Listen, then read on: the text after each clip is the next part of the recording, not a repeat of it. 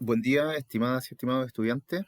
En esta oportunidad les voy a hablar un poco de la estructura, la clasificación y el transporte de los lípidos, tanto que hay en el eje, llamémoslo exógeno, es decir, los lípidos que uno absorbe desde la dieta, y el transporte endógeno, que se relaciona directamente al transporte que vamos a tener entre los tejidos de almacén, los tejidos periféricos, o tejidos como los músculos, y el transporte que se va a dar con el hígado y ahí todo el flujo lipídico que vamos a tener dentro de nuestro sistema. Para comenzar un poco, conversar las funciones de los lípidos. En general, los lípidos no hay mucho más allá de lo que se habla, sobre todo en contexto en biología celular, más allá de decir que los lípidos son componentes estructurales de membrana y son fuentes de energía, que son como dos grandes roles que se les atribuyen a los lípidos. Claro, fuentes de energía en forma de triglicéridos, el almacén que vamos a tener en el tejido adiposo particularmente, es en forma de triglicéridos. El hígado fabrica triglicéridos que son exportados también a estos tejidos de almacén. Como se mencionó, claro, los fosfolípidos, colesterol son componentes estructurales de la membrana, membranas plasmáticas, membranas de los organelos, etcétera.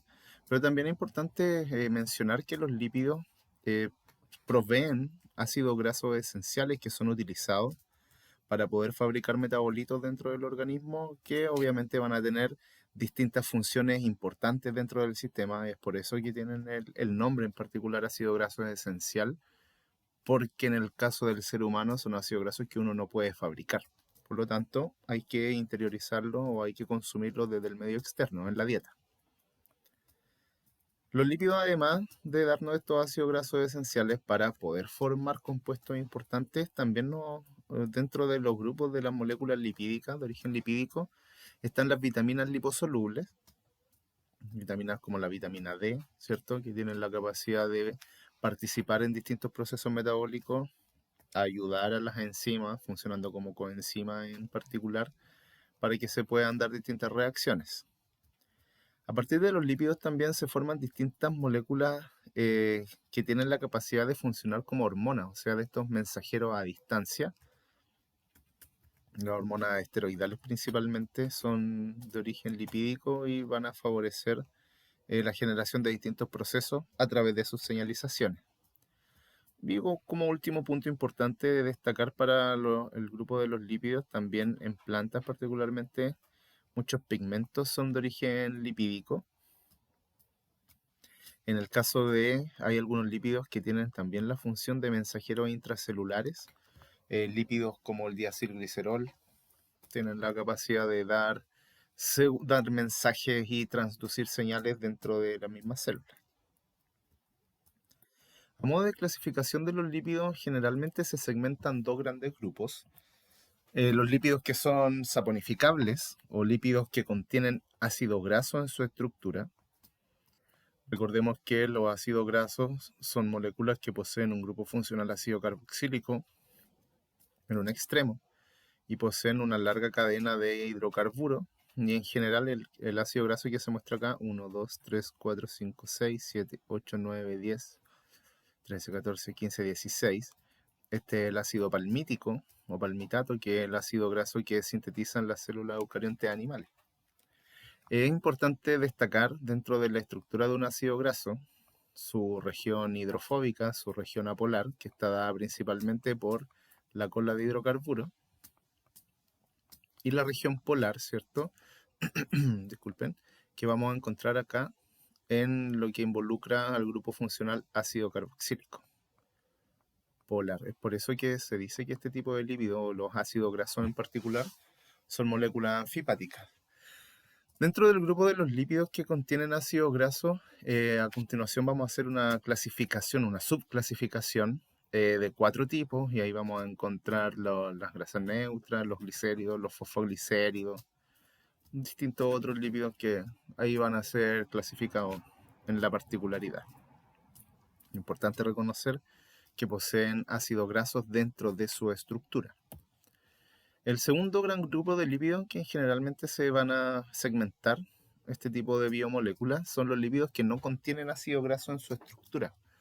o básicamente son denominados lípidos no saponificables porque no pueden incurrir o no incurren en estas reacciones de saponificación, la formación de jabones.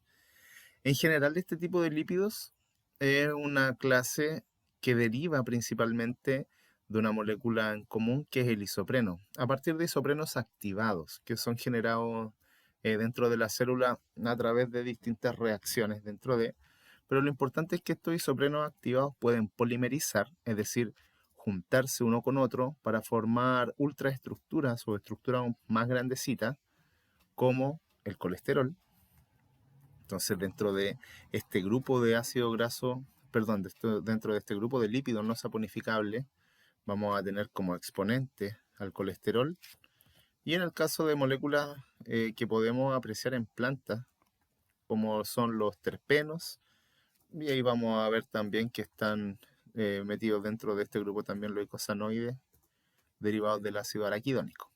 Pero es importante destacar y en general se muestran como dentro de estos dos grandes grupos los principales exponentes, los ácidos grasos y todos los lípidos que contienen ácido graso en su estructura y los que no contienen ácido graso en su estructura y son principalmente, si lo vemos a nivel biológico humano relevante, el colesterol. Y en el caso de plantas también moléculas como los terpenos.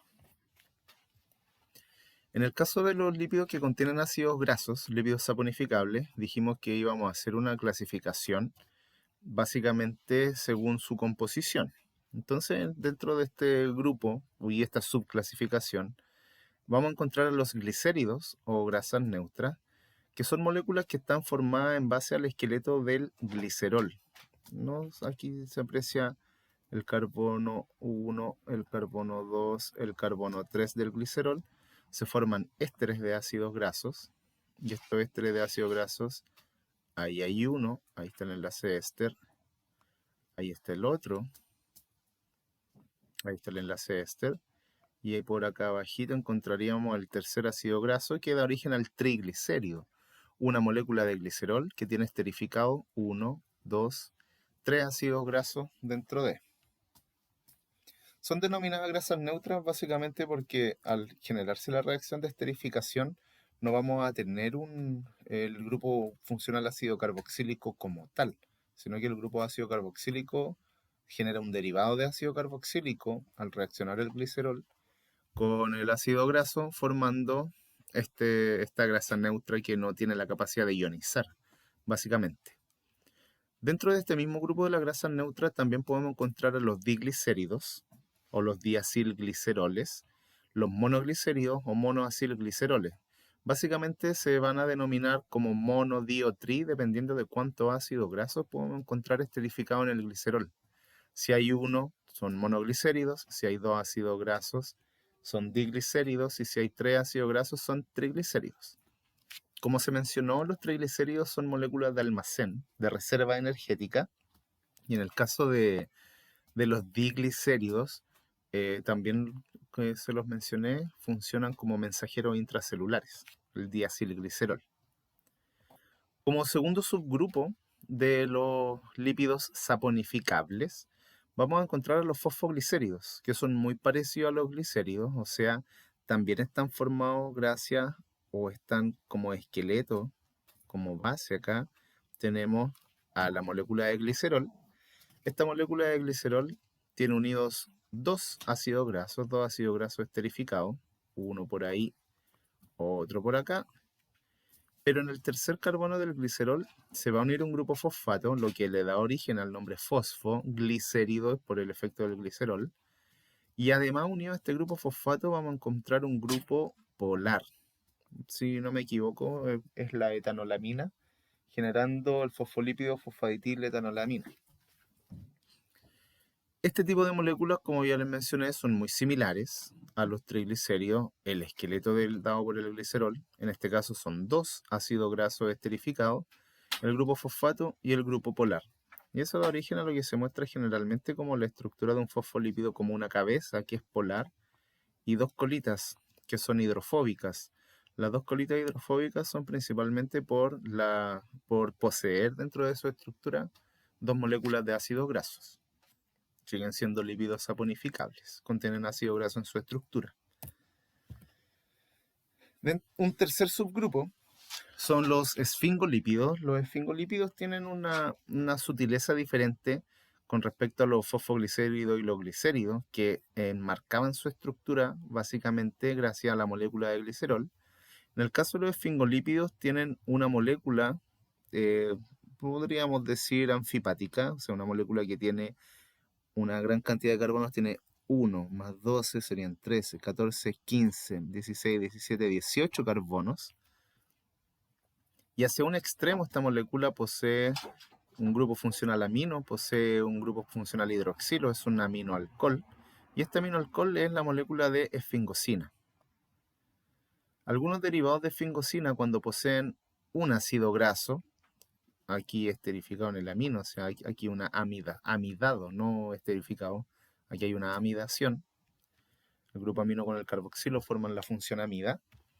Se genera un tipo de lípido también denominado ceramida, y estas ceramidas también forman parte de las membranas. Los esfingolípidos ahí van a tener esta modificación, muchas veces puede ser un hidrato de carbono y se forman glicolípidos. Hay distintas variaciones, pero con este grupo no nos vamos a meter mucho. Son como un grupo bien específico de lípidos que tienen ahí sus funciones. Dentro de los que más nos interesan son los glicéridos, los fosfoglicéridos, que son como los más conocidos. Como grupo final dentro de los lípidos saponificables, podemos hablar de las ceras. Las ceras son ésteres de cadenas largas, o sea, el ácido graso que se esterifica con la molécula de alcohol. Ambas moléculas poseen una larga cadena. O sea, acá tenemos lo que es donado por el grupo funcional ácido carboxílico, y por acá tenemos la cadena que está donada por el alcohol. O sea, es un alcohol de cadena muy sumamente larga. El triacontanol palmitato en general es la cera que podemos encontrar comúnmente en los panales de abejas. Pero, insisto, dentro de los dos grupos, biológica o humanísticamente hablando, grasas neutras y fosfoglicéridos son los más relevantes que vamos a abordar o que son interesantes de analizar en bioquímica. Los ácidos grasos por sí solos pueden ser clasificados de distintas formas, pero yo les voy a mostrar principalmente dos. Ácidos grasos saturados e insaturados principalmente se van a diferenciar en la presencia o ausencia de doble enlace. Cuando tenemos únicamente enlaces simples en la larga cadena de carbono del ácido graso, vamos a estar en presencia de un ácido graso de tipo saturado. Cuando hay dobles enlaces dentro de la cadena de carbono hidrofóbica del ácido graso, vamos a tener ácidos grasos que son de tipo insaturado. En general, los ácidos grasos saturados confieren una mayor rigidez a las membranas biológicas, mientras que los ácidos grasos de tipo insaturado favorecen una mayor fluidez en la membrana plasmática. Contexto abordado en biología en general. También es importante destacar una clasificación que van a poseer los ácidos grasos que son de tipo saturados, o sea, ácidos grasos que poseen doble enlace, que pueden poseerlo en posición trans o en posición cis. Naturalmente, biológicamente hablando, la mayor ocurrencia de ácidos grasos son ácidos grasos insaturados, son insaturados, con los dobles enlaces en isomería cis, es decir, que se genera un pequeño quiebre en la cola de hidrocarburo. En el caso de los ácidos grasos trans son principalmente generados a nivel industrial. La actividad microbiológica que ocurre en el rumen, en una de las partes del estómago de las vacas, también se producen trazas de ácidos grasos trans que después pasan a la leche, pero son trazas en muy bajo porcentaje, menor a un 1%. La gran mayoría de ácidos grasos trans que hay dando vueltas por nuestro planeta son producidos por actividad industrial y por reacciones de hidrogenación, deshidrogenación, entre otros contextos. Es importante destacar también para los ácidos grasos insaturados que dependiendo del número de dobles enlaces que posee, pueden denominarse como ácidos grasos monoinsaturados o ácidos grasos poliinsaturados cuando ya poseen dos o más dobles enlaces. Uno de los aspectos relevantes que podemos destacar para los lípidos que contienen ácido graso, para estos lípidos saponificables, es su almacén y su importancia como reserva energética. Los triglicéridos que son almacenados dentro del tejido adiposo pueden ser hidrolizados en un proceso que se denomina lipólisis, cuando hablamos de tejido adiposo, contextos que se hablan más adelante. Gracias a la lipólisis, catalizado por enzima y todo el tema, se permite hidrolizar los triglicéridos, hidrolizar esta grasa neutra, para liberar la molécula de glicerol y liberar la molécula de ácido graso que contiene este triglicérido. Estos ácidos grasos, cuando son extraídos desde nuestro tejido adiposo, principalmente para complementar un ayuno, para complementar falta de alimento, inanición, se empiezan a liberar ácidos grasos. Cuando estamos haciendo ejercicio, se empiezan a liberar ácidos grasos. Una vez que los ácidos grasos son extraídos y son transportados hacia los distintos tejidos diana, vamos a tener su utilización, su aprovechamiento. Y en este caso, los ácidos grasos, gracias al proceso de beta-oxidación, así como a grandes rasgos, en nuestras células se va a permitir la formación de moléculas de acetilcoenzima A. El proceso de beta-oxidación tiene la capacidad de producir coenzimas reducidas como FADH2, como NADH, las que pueden aportar electrones a la cadena transportadora de electrones, facilitar la formación del gradiente de protones que finalmente va a impulsar la síntesis de ATP. El acetilcoenzima A, que es obtenido por la degradación de los ácidos grasos, puede pasar por el ciclo de Krebs. Se pueden generar coenzimas reducidas NADH y FADH2, las que también van a aportar electrones para esta cadena transportadora de electrones, lo que finalmente va a gatillar, va a impulsar la síntesis de ATP. Entonces, una de las principales relevancias metabólicas que podemos encontrar para los triglicéridos y los ácidos grasos en particular es la producción de energía a partir de este tipo de moléculas, y como veremos en clases posteriores, en el hígado en particular, estas moléculas y este acetilcoenzima A que es formado puede ser utilizado para formar otro tipo de fuente de energía, que son los cuerpos cetónicos. En el caso de los lípidos no saponificables, o los lípidos que no poseen ácido graso en su estructura, podemos encontrar principalmente tres grupos. Los esteroides, que ahí enmarcamos al colesterol y los derivados del colesterol, como las hormonas esteroídeas, progesterona, estrógenos, cortisol, testosterona. Lípidos o colesteroles, entre comillas, denominados fitoesteroles de origen vegetal, ¿cierto? Que ayudan al sistema, a la depuración un poco de colesterol. Los eicosanoides, que son moléculas señalizadoras principalmente derivadas del ácido araquidónico. Los eicosanoides participan de manera muy relevante en los procesos inflamatorios, en el cierre de heridas, en daños por estrés. Son bien importantes estas moléculas y son principalmente citoquinas que van a mandar mensajes de una célula a otra célula, o mensajes más lejanos, como las prostaglandinas, que desde una zona de lesión llegan al hipotálamo a señalizar y ahí modificar los cambios de temperatura dentro del organismo. Si bien estas moléculas son derivadas del ácido araquidónico, un ácido graso, no son moléculas susceptibles a la reacción de saponificación. Por lo tanto, no son considerados dentro de los lípidos saponificables.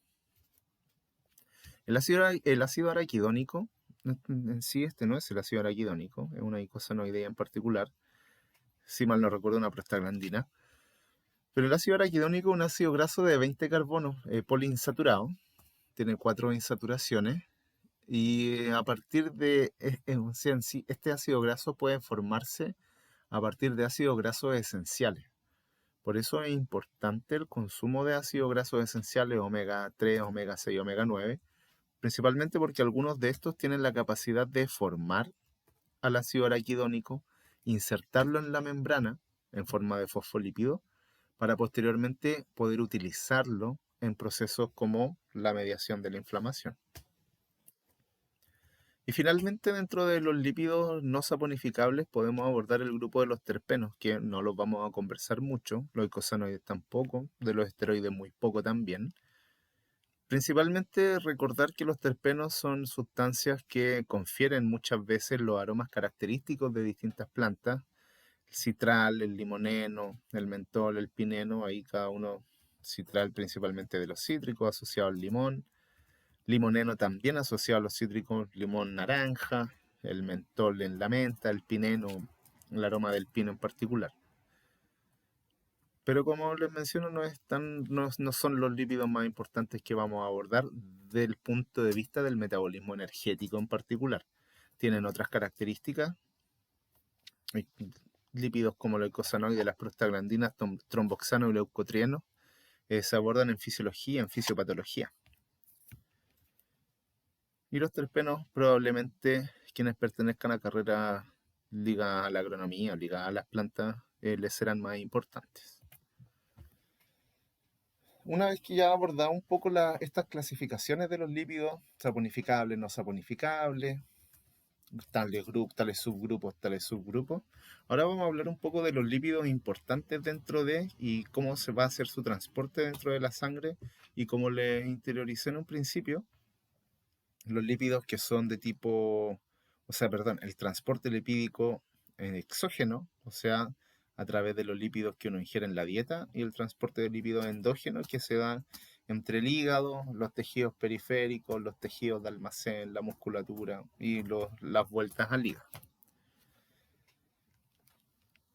En el transporte exógeno de lípidos, una de las moléculas que tenemos que recordar importantes son los kilomicrones, que son básicamente las lipoproteínas que se van a encargar de transportar los lípidos absorbidos desde el intestino hacia los tejidos de almacén, hacia las células que son periféricas y hacia el hígado.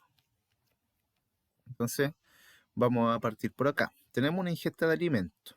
En esta ingesta de alimentos, ingerimos lípidos, ya sean de membrana o ya sean particularmente de grasas, con aceites. Si consumimos aceites, si uno consume un huevo frito, va a estar consumiendo aceite, además de las proteínas, va a estar consumiendo colesterol en la yema.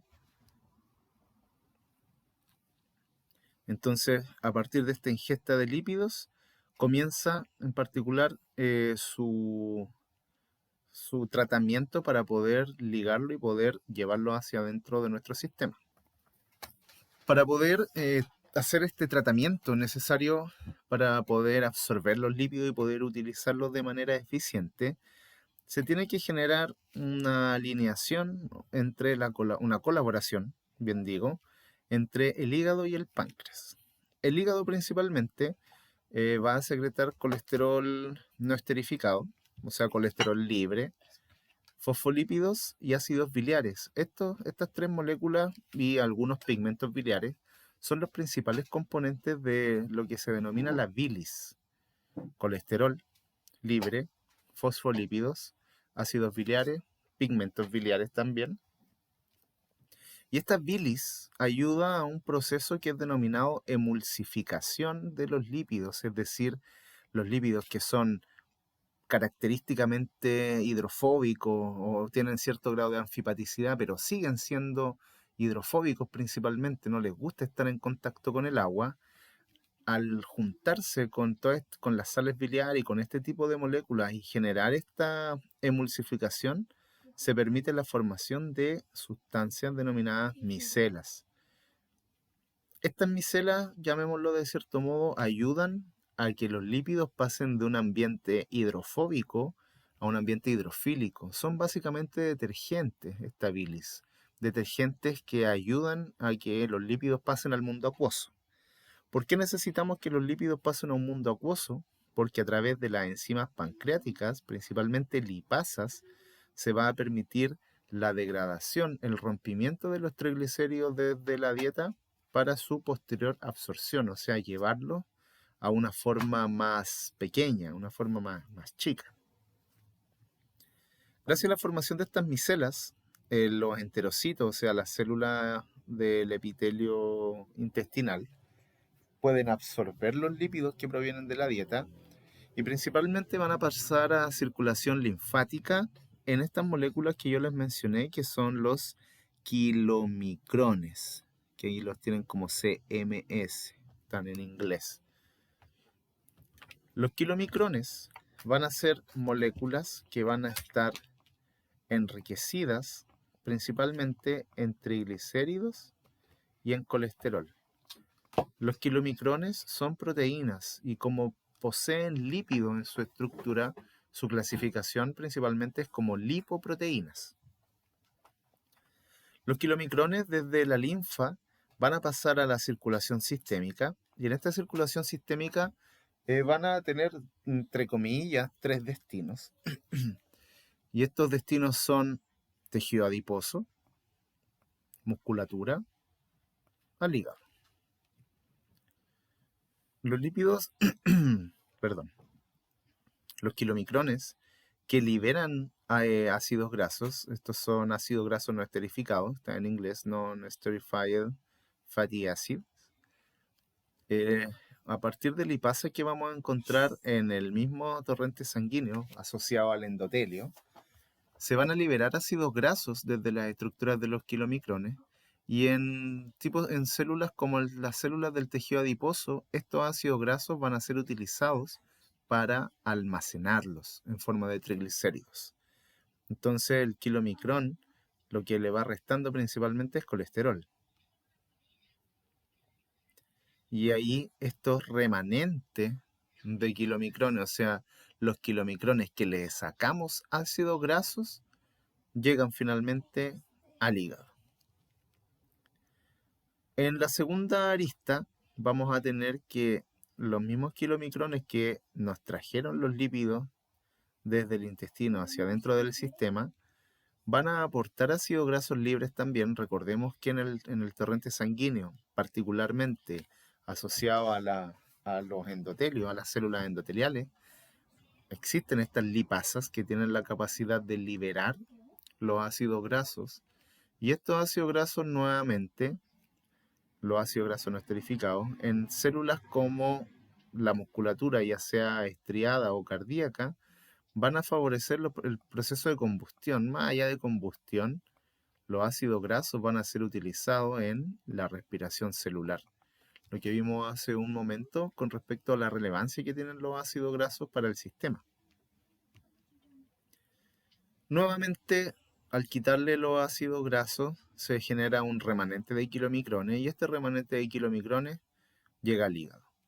Entonces, dentro del transporte exógeno es importante recordar a los kilomicrones como estas lipoproteínas que van a poder llevar los lípidos que fueron absorbidos desde la dieta, ya sea para repartirlos en los distintos tejidos, ya sea para almacenar o para obtener energía, y también llevarnos los lípidos hacia el hígado para que el hígado ahí se encargue nuevamente de ver qué va a hacer con estos lípidos y en general los sigue empaquetando y los vuelve a enviar hacia el sistema para que se vayan a los tejidos de almacén. En el caso del transporte endógeno, asociado a lipoproteína, claro, y analizamos una de las primeras lipoproteínas interesantes que eran los kilomicrones. Por acá tenemos este flujo, este transporte exógeno o este ciclo exógeno.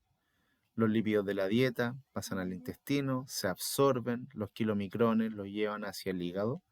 No consideremos, todos estos son nombres de enzimas que no vamos a necesitar recordar, solamente la lipoproteína lipasa. Lipoproteína lipasa, ¿verdad? Entonces vimos que los kilomicrones, claro, aquí está súper resumido, del intestino, kilomicrones hígado, pero ahí vimos que los kilomicrones van liberando, ¿cierto? En la imagen anterior, van liberando paulatinamente los ácidos grasos hasta que llegan al hígado como remanente de kilomicrones. En la raya para la suma, punto importante de recordar es que entre el intestino y el hígado, los kilomicrones van a transportar lípidos. Y claro, estos lípidos el hígado también los libera en la bilis y ahí tenemos un ciclo exógeno. En la parte endógena o en la vía endógena, si se dan cuenta, esta es la vía endógena, la vía exógena, vamos a tener que los lípidos que llegan al hígado o los lípidos que fabrica el hígado van a salir desde esta estructura como unas lipoproteínas denominadas VLDL o lipoproteínas de muy baja densidad. La composición de las lipoproteínas de muy baja densidad es principalmente colesterol y triglicéridos. Entonces, las lipoproteínas lipasas, que ya les comenté con anterioridad, que se encuentran asociados a los vasos sanguíneos, se van a encargar de descargar ácidos grasos desde los VLDL.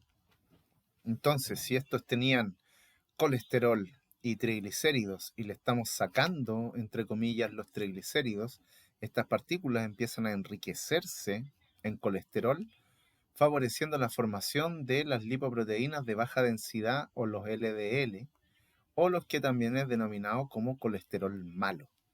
¿Por qué el LDL es denominado como un colesterol malo? Básicamente porque es un colesterol que va a ser enviado para almacenar en los distintos tipos celulares. ¿Dónde podemos almacenar colesterol? Particularmente asociado al tejido adiposo de todas maneras, pero además también recuerden que el colesterol es un componente estructural de la membrana plasmática, favoreciendo la rigidez de la membrana plasmática. Los LDL, a partir de la actividad de ciertas enzimas, que insisto, no las vamos a analizar, pueden ser convertidos en HDL e incurrir en el transporte reverso. Y es por eso que los HDL o el colesterol HDL es denominado un colesterol bueno, llamémoslo así, porque es un colesterol que es transportado desde las células hacia el hígado o desde las células hacia distintos tejidos donde se van a fabricar hormonas, como son las gónadas o la corteza suprarrenal, para la fabricación de cortisol.